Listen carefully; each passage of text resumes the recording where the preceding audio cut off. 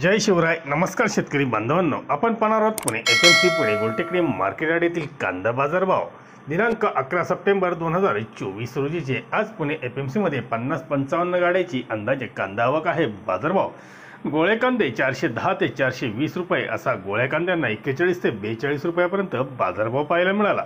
मोकल साईज कांदे 380 ते 410 रुपये, मीडियम साईज कांदे 370 380 रुपये, गोल्टा गोल्टी 350 ते 370 रुपये, चिंगळी कांदे 250 ते 340 रुपये असा बाजारभाव होता. कमी पत्ती डागी चॉकलेटी कलर माल 370 ते 380 रुपयापर्यंत विकले गेले. धन्यवाद.